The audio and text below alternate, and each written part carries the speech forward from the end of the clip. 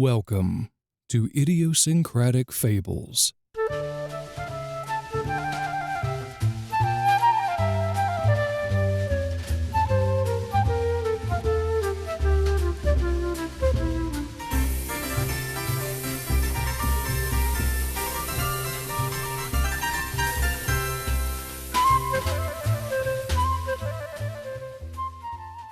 Ladies and gentlemen, welcome back to another episode of Idiosyncratic Fables, the platform where the joy of storytelling is encouraged, whether it's a story about you, a story with you in it, or a story that you'd like to tell.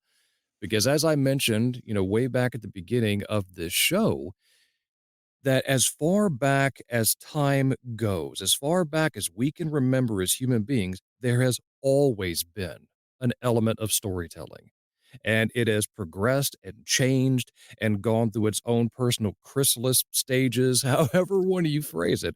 But we now have the privilege to share these stories across the world in a digital format, and that creates a beautiful segue to introduce my guest for you today, who was an absolute powerhouse rock star of a human being. She is a fantastic wife, a fantastic mother to twin bears, and a fantastic business owner in the audiobook realm.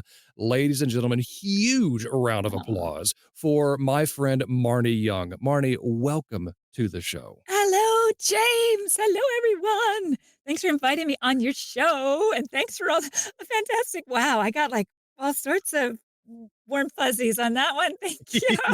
Well, they're all true. You are Aw, a powerhouse of a human being. I try. Thank you. I say the same for you, James. Oh, thank you. There are days where I don't feel it, Oh, but don't we all? oh my gosh. I will be the first to admit that I fall victim to the comparison game, Oh my and gosh. and those little comparison gremlins nip me in my buttocks every day. Evil. Evil. And then, of Evil. course, it becomes a choice. Do I give into it and waddle in my own puddle of misery and say, Yes, "Oh, the pity woe is party! me," The pity or, party, it's the best. I got the hats, I've got a cake "Oh, anytime. I'll yeah. just Oh, yeah." Or option 2, do I continue to sit down in hopes that I squash them in the process and say, Right, "Nope, this is my chair. that's right. I'm in control. Today's gonna be awesome." Absolutely. Absolutely. We have our own journeys. We're unique individuals with our own journeys, and there's comparison is death. Oh my You know, god. if you're gonna compare, you might it's just death. It's the worst possible thing I think that you could do for yourself. Set goals, absolutely, but set them for you, Yeah, you know? 100%, Mm, because I've heard it time and again throughout my career in the military and then likewise in the business world that you are an original. You Yep, can't be a copy of that's somebody right. else. So there will never be another James Cheatham like me. There will never be another Marty Young like you. Yeah. So with being in the audiobook world, tell us a bit about that. How'd you get started? Okay, do you have no, I'm kidding.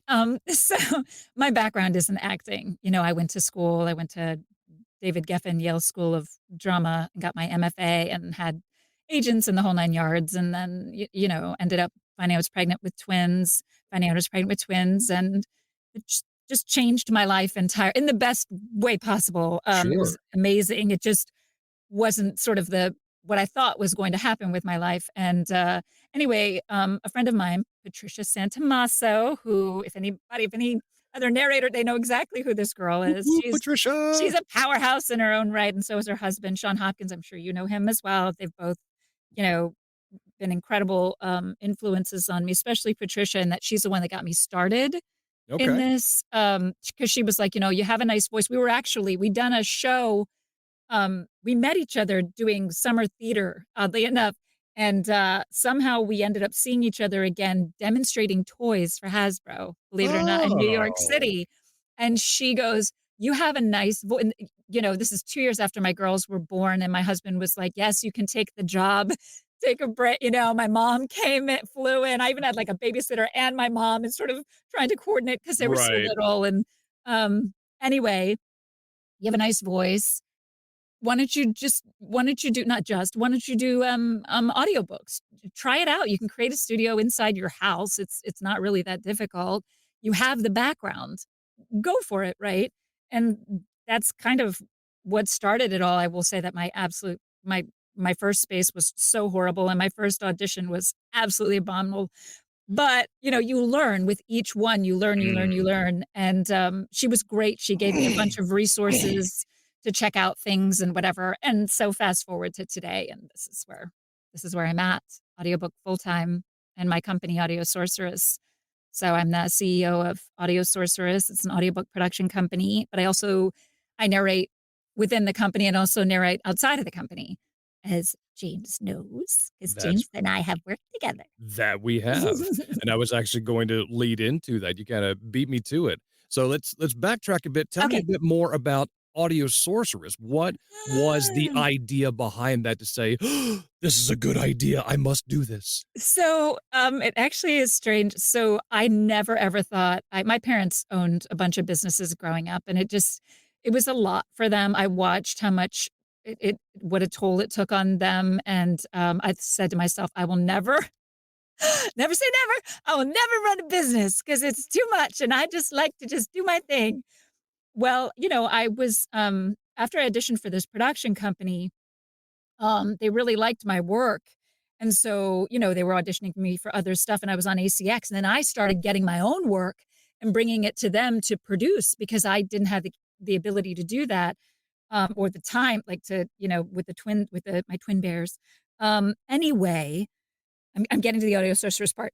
So, yeah, so because of that, I was like, "Well, why don't I just cut out the middleman? Like, why am I giving them when I'm sending them all these clients, got an engineer to work with." And so it was just me and my engineer in 2018 when I, became I was Audio Sorceress, and then my company, it was Audio Sorceress LLC, in 2018. And now we have, a staff of 6 engineers. We've got our managing director, Denise Black. Denise, hello, you're awesome. Yay, Denise. And, at this point now, she runs half the company.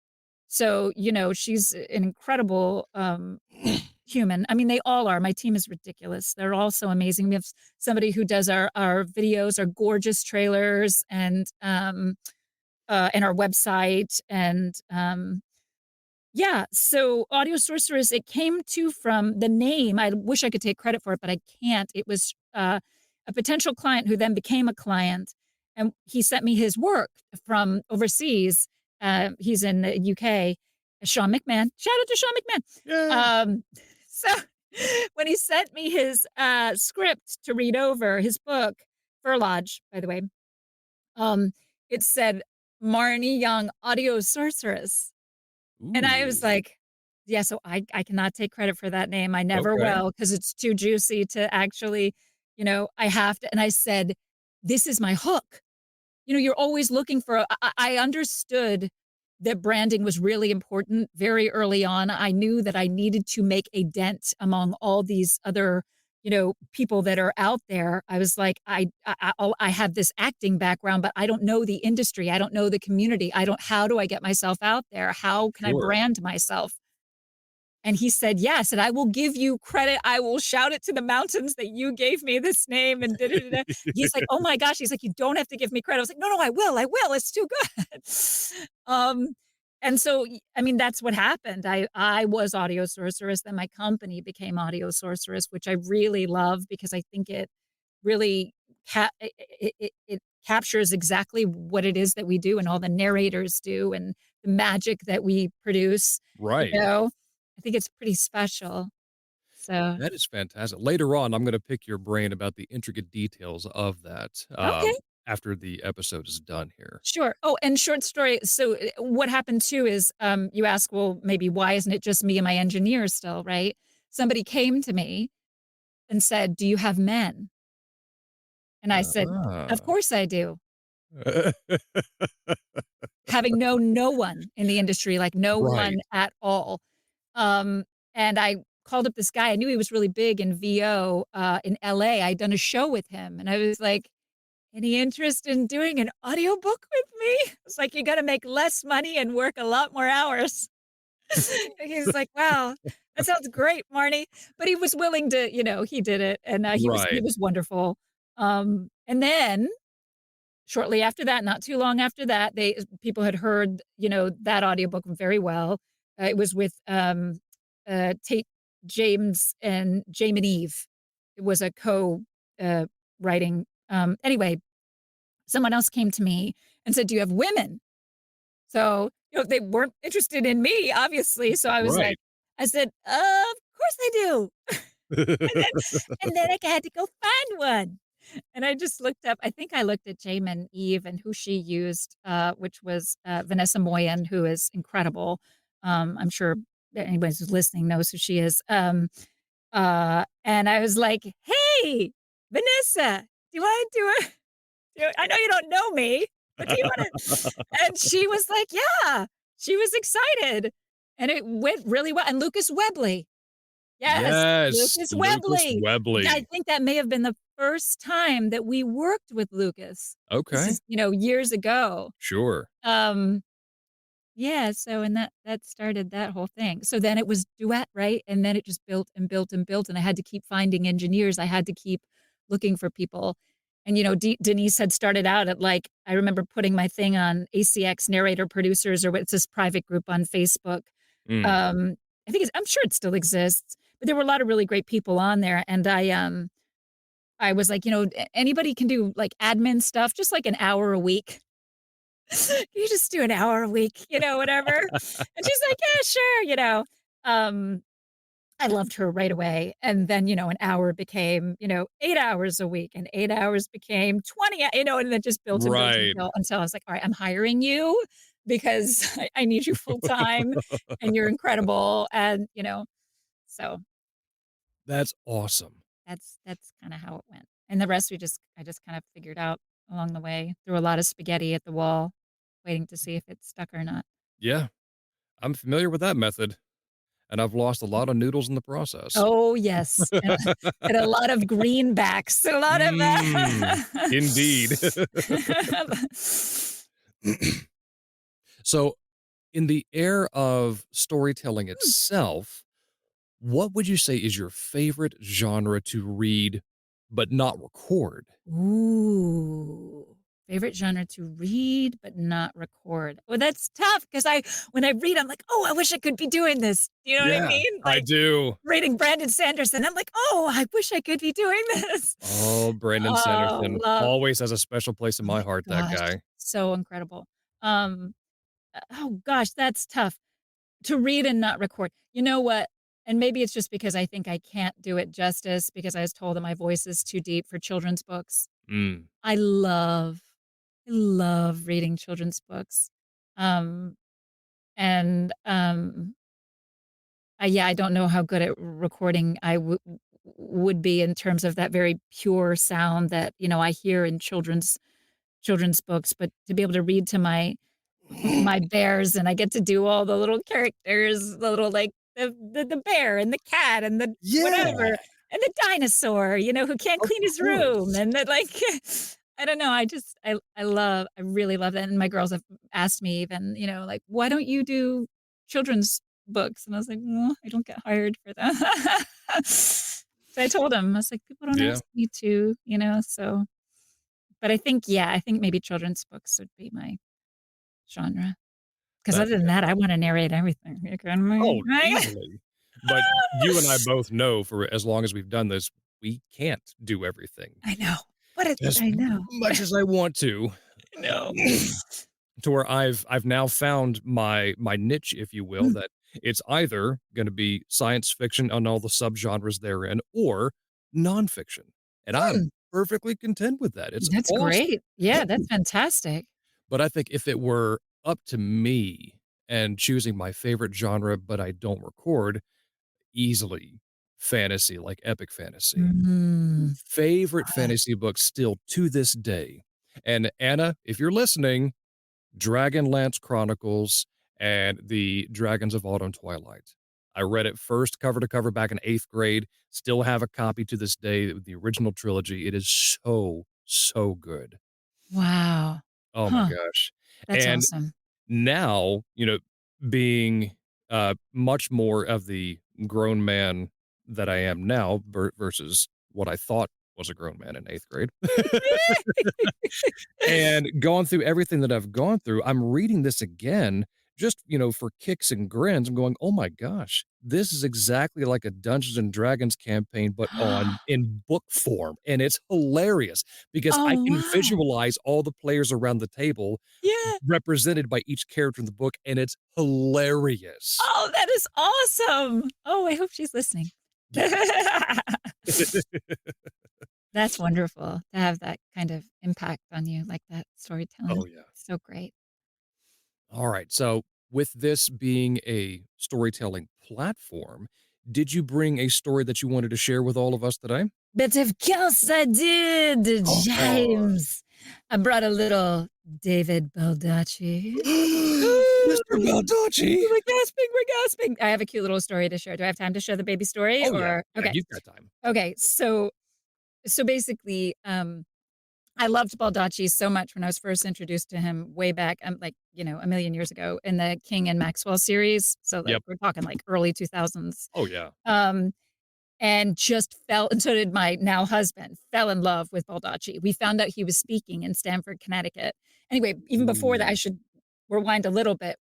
My husband got me a cat, a little kitty, and I named him Dachi. Oh, Yeah. cute. So, when we met him, whatever, a year later, because we met he was speaking in Stamford, Connecticut, Right. and, at the end, he'll sign some books or whatever, and I had to tell him that I have a kitty and his name is his name is Dachi after you, Baldacci. Right. And so he wrote in it he actually did sign the book, and he wrote, "That's a great cat," or something like that. And so fast forward to recently, people were talking about pets that they missed, and I don't know, for some reason, I was really missing Dachi. Dachi was a really special Mm. kitty, and he passed away from cancer. It was, like, throughout his body, so he Oh, didn't live, like, longer than a year. It was really terrible.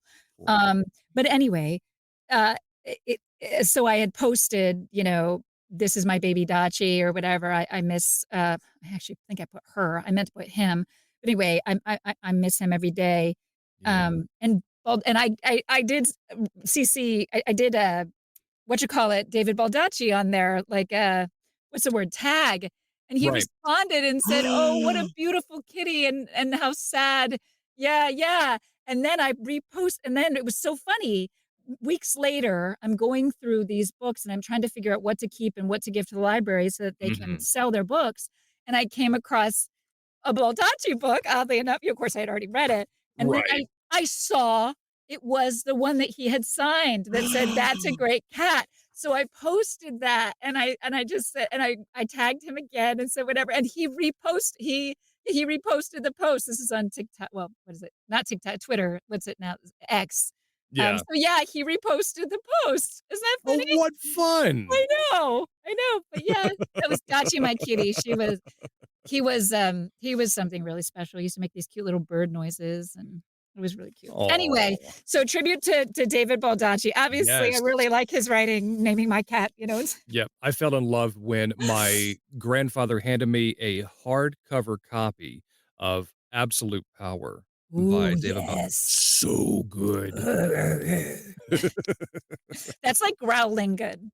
Yes, Yes. I'm really enjoying this is the Atlee Pine series. This is his 2nd book in the Atlee Pine series called Okay, A Minute to Midnight.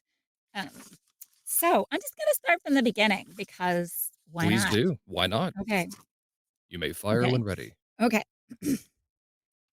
Chapter 1. Once more she rode into the valley of death. Only this valley was in Colorado, at ADX Florence, America's only federal supermax prison. The death reference was spot on, though. The place reeked of it by virtue of the crimes committed by the inmates housed there. FBI Special Agent Atlee Pine had driven pedal to the metal to get here in her modern day version of a horse, a turquoise 1967 Mustang with a parchment convertible top. She had spent 2 years restoring it with the original owner, a veteran FBI agent who had been an informal mentor to her shortly after she'd finished her training at Quantico. When he died, he left it to her. Pine couldn't imagine being without it. Now, after her swift journey, she sat in the prison parking lot, gathering both her nerve and her courage to see one particular monster who resided here among many other human abominations. They were, to a man, the stuff of nightmares. Collectively, they had slaughtered thousands of people without a smidgen of remorse. Pine was dressed all in black except for her white blouse. Her shiny FBI shield was clipped to her jacket lapel. It took 10 minutes to clear security, where she had to forfeit both her weapons, the Glock 23, her main gun, and an 8-shot Beretta Nano. The backup she kept in an ankle holster. She felt naked without the twin pistols, but prisons had rules, and for obvious reasons, no guns carried by visitors was one of the biggies. She sat on the hard stool in a cubicle in the visitor's room, her long legs curled around the stool's metal supports. Across from her was a thick glass barrier. On the other side of the glass, the man she had come to see would soon appear. A few minutes later, 6 burly guards escorted a heavily shackled Daniel James Tor into the room and chained him to a bolt in the floor before departing, leaving the law and the lawless sitting across from each other, separated by polycarbonate glass that could withstand most bullet strikes. Tor was an impressive physical specimen, standing 6'4" and tipping the scales at 280 sculpted pounds. His physique, even now in his 50s, looked NFL ready. She knew that his body was covered in tats, many of them inked on his skin by some of his victims. Tor, apparently, had such confidence in his control over his prey that he would allow them a sharp instrument with which they could have ended their nightmares. Not a single one had ever attempted it. He was a freak of nature, both physically and emotionally. He was a narcissistic sociopath, or so all the consulted experts had proclaimed. That was arguably the deadliest combination nature could bestow on a human being. It wasn't that he killed with malice. It was actually worse. He could feel no empathy whatsoever toward others. His thirst was solely for self-pleasure, and the only way he could quench that desire was in the absolute destruction of others. He had done this at least 30 times. These were his only known victims. Pine and others in law enforcement suspected the real number might be double or even triple that. Fantastic. And he's so good. He's so good. You just Yeah, it's so good. want to crawl inside the book. I don't know. Yes. Thank you so much for sharing that with Oh us, and my I gosh, appreciate that. James, thank you for letting me tell stories. I love Yeah. it. That's the fun part about being I was joking with my bears the other day and saying that I was like, "Don't you know why I had you?" They're looking at me like I was like, it's a built-in audience. I mean, this is Yeah. fantastic." They were like, "Mom." I'm just kidding. Kind of. Kind of, Kind of kidding. kind Kind of. It's actually how I got my start back in 2018 is I, unfortunately, was fired from a district manager Oh position, god. and so sitting at home licking my wounds, it's like, "You know what? Come here, kids. I'm gonna read to you out loud." And just cracked open, The Magician's Nephew, book Hmm. 1 of the Chronicles of Narnia Yeah, series, yeah. and just started reading it out loud, and on that day, at that particular hour, it just happened to be perfectly constructed where because we homeschool our kids, Mhm. we get a visit every quarter from a representative of the homeschool community. Sure. So, kinda like a mentor to check to see, how progress is Mhm. going, that kinda thing, and she just happened to walk in the door and hear me narrating and goes, "Oh my gosh, you've got such an incredible voice. Have you ever considered doing this professionally?" And I laughed and went, "No, I'm not doing that. That sounds silly." But it wasn't until 9 additional people told me the exact same thing, the exact same way, who have no relation to one another. And I went, "Yeah, okay, that's a total of 10 people. This may be my sign, my divine thump on the head, whatever you wanna call it." And so I did some research, got some training, and 6 years later, here I am. That's amazing. That's a great story. Yeah, when you've got 9 people, that's pretty that like you said, are not related to you and they're not, like, and not related to each other. That's pretty wonderful. Yeah. Yeah, it's fantastic. Did So when you you act said when you were little? Did you do, like, I little did. yeah. I started acting when I was in the 6th grade, just, small little church plays here and Sure. there, and then going into high school, I actually took theater classes from freshman year till graduation. Was never the main character, always the sideline character, and I jokingly say my crowning achievement was the train whistle in Music Man. Oh, yes! No way! I did that show! I did that!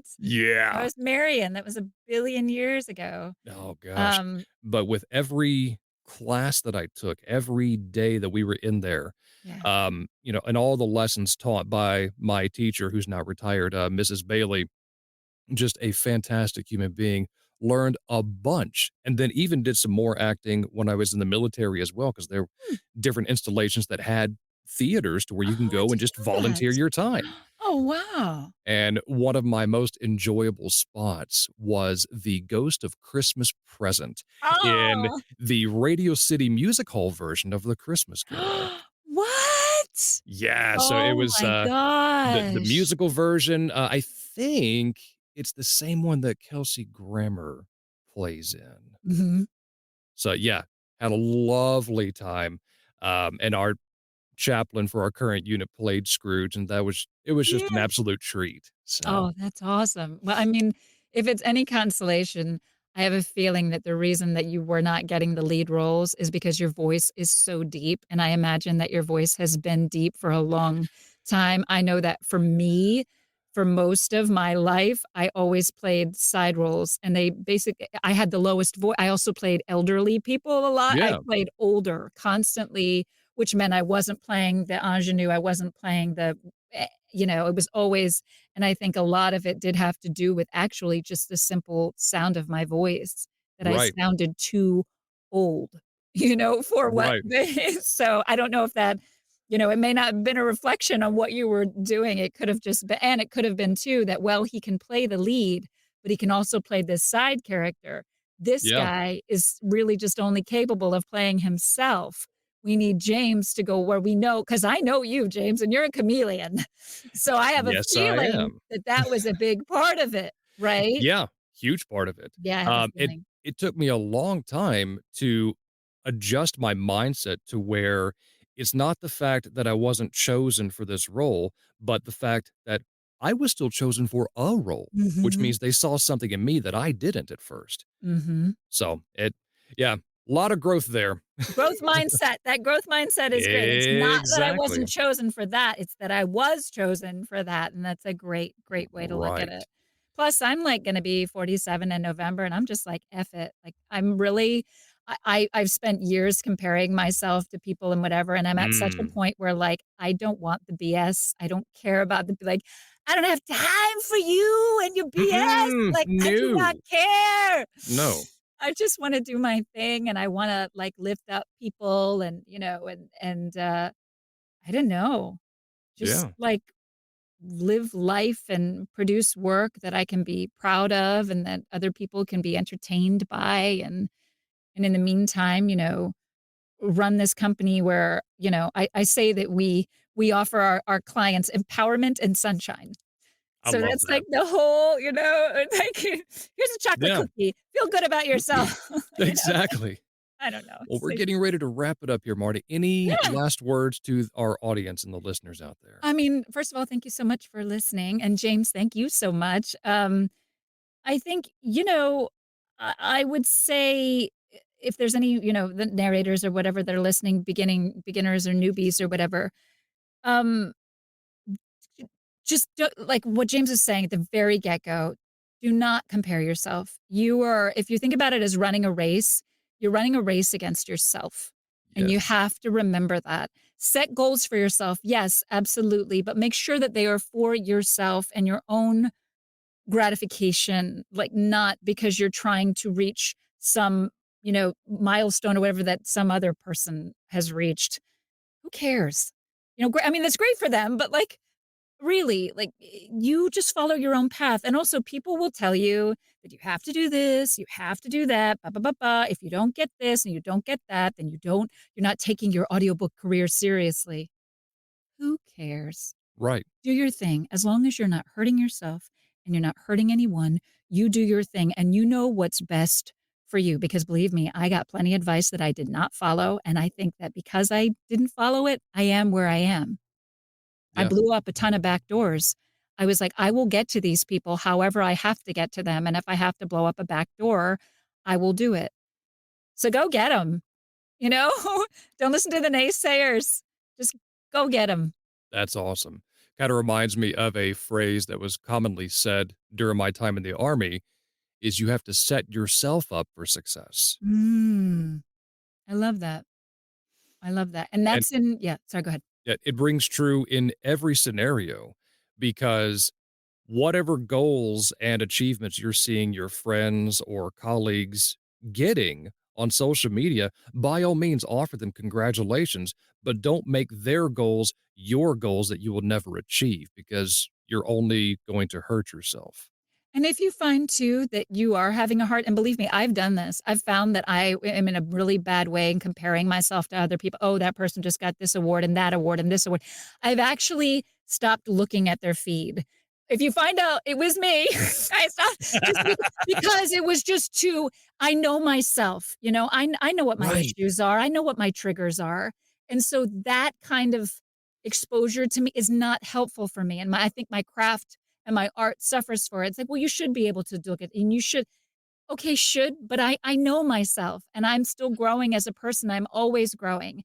And why it's like putting an alcoholic in a bar saying, "Can you do it? Can you do Right. like can you how's it going?" Right. You know, like, do you have to do that? Like, really?